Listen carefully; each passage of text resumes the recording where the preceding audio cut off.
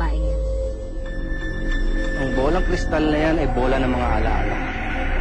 Hindi yan ang bolang kristal kung saan nakasilid ang ating mga kapangyarihan. Pasensya na po. Hayaan niyo. Babalik ako sa silid ng sikreto. At kukunin ko ang bolang kristal na naglalaman ng mga kapangyarihan ninyo. Salamat. Alam kong hindi mo kami bibigyan. Si Dorfina, may alam ka na ba tungkol sa kanya? Matutuwa ho kayong malaman na matalik na kami magkaibigan ni Dorfina. Ngunit, maraming kakaiba sa kanya. Katulad ng tenga niya, hindi patulis katulad ng sa atin. At hanggang ngayon wala pa rin siyang kapangyarihan. Pinagpipilitan niyang meron na pero wala pang nakakakita nito.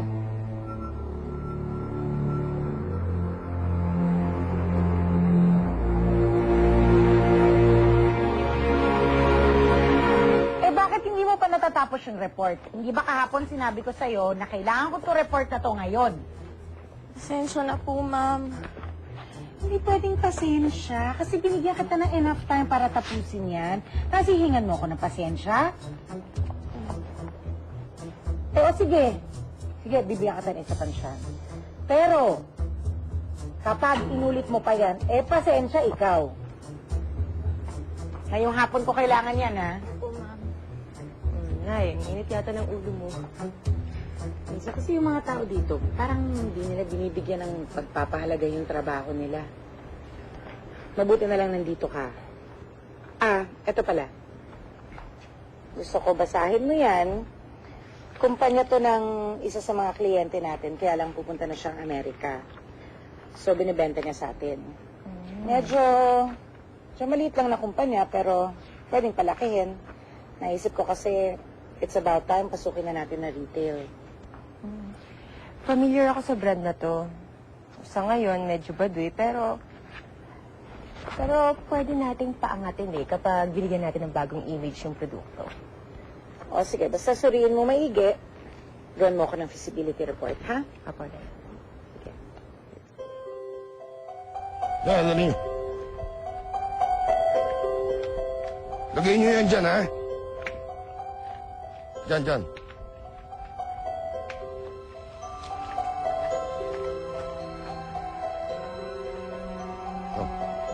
Sipakin ninyo at gawin yung panggatong. Ang mapakinabangan naman dyan. Sibak! Pare! Magmerienda muna tayo! Tara! Oo, saan kayo pupunta? Magmerienda lang muna mga baste. Sige. Bilisan nyo, ha?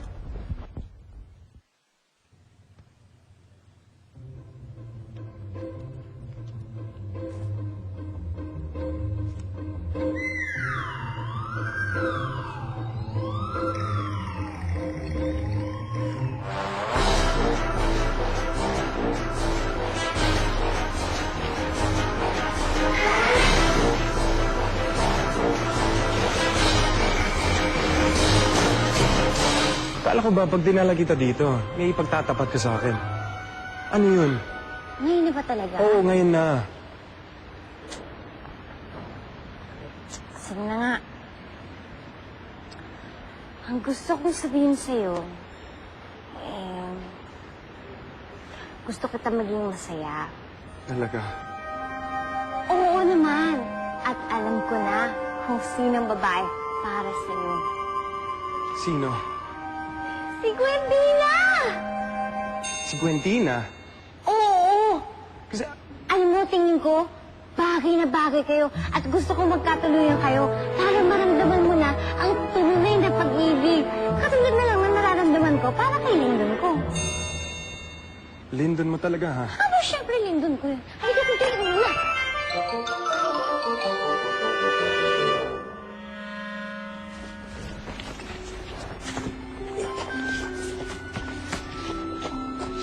Hoy, Lyndon! Ano ginagawa mo? Halika na! Alis na tayo! Dali. Tulungan mo muna ang buhatin to, bilis. Ano yan? Nanakawin mo? Hindi ko na nakawan to. Basta tulungan mo kung buhatin to. Mamaya ako napapaliwanag sa'yo. Bilisan mo. Sige. Basta pag tinulungan kita, Alis na agad tayo, ha? Oo, bilis. Halika na. O, tara.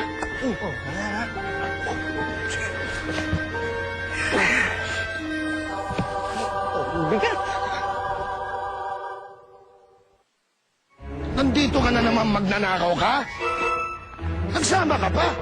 Halika na, takbo! Magnanakaw! Magnanakaw! Magnanakaw! Magnanakaw! Bilis! Habulin niyo yung magnanakaw na yun!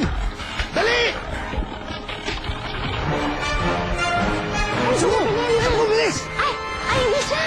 Lindon! Lindon!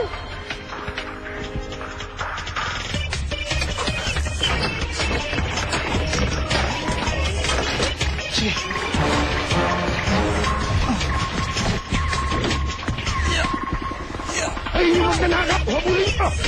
Ay, yun! Ay, magnanakaw! Ay, yun! Halika doon!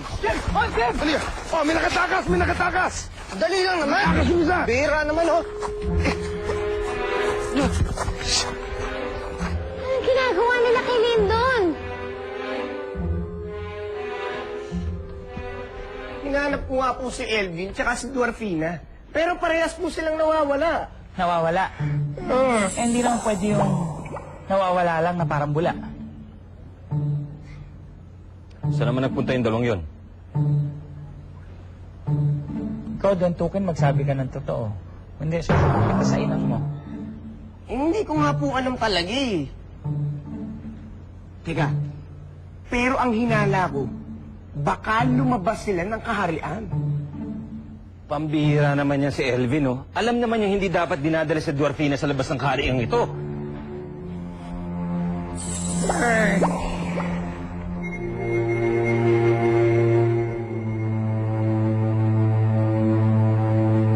Magnanakaw ka! Sandali.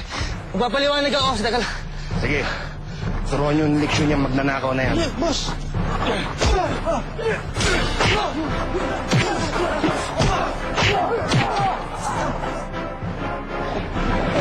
Ginagawa nila, sinasaktan nila si Lindon! Hindi mo ba narinig? Magnanakaw daw siya. Hindi totoo yan! Tama na!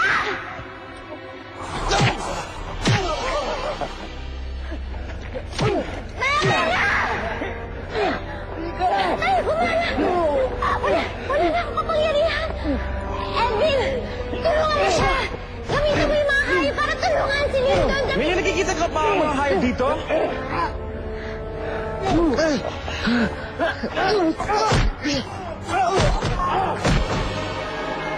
Lindon! Marvina, wag!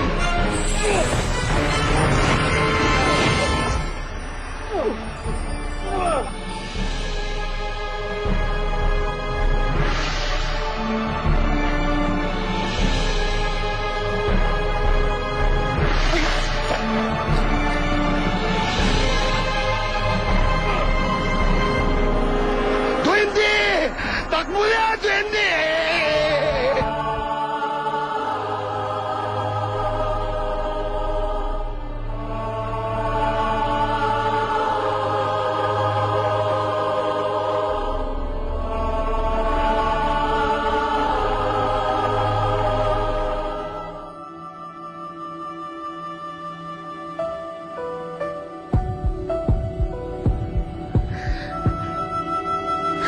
Narinig ko yung tibok na puso niya. Buhay pa siya. Elvin, tulungan mo ako. Tulungan mo si Lindon. Alam ko naman na wala akong kapangyarihan eh. Na ikaw lang pala yung gumagawa ng lahat. Kaya nakiusap ako, tulungan mo siya. Marvina, hindi ko naman gustong lokohin ka. Kaya lang hindi ko alam paano sasabihin sa'yo. Pero alam kong gusto mong magkaroon ng kapangyarihan. Ayaw kong malungkot ka. Patawad. Napatawad na kita. Kaya nakiusap ako. Tulungan mo si Lindon. Para sa'yo.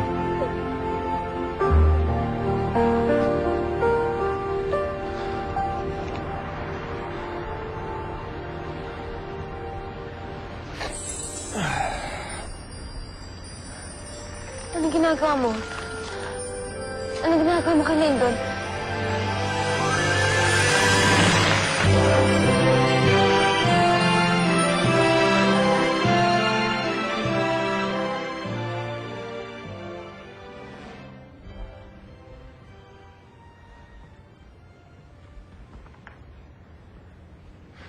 Saan ka na naman ang galing? Binisita ko si Inang at si Itang. Akala ko kasi kasama mo si Dwarfina. Kanina ko pa siya hinahanap, nawawala na naman siya. Hindi, no? Magkasama na naman sila ni Elvin. Lumabas ng palasyo. Paano mo naman nalaman? Narinig ko na nag-uusap kanina si Gwentuken, si Mang Marshal at si Mang Wendong. At alam mo sa pag-uusap nila, parang may nililihim sila kay Dwarfina eh. Ano? Yun ang alamin ko.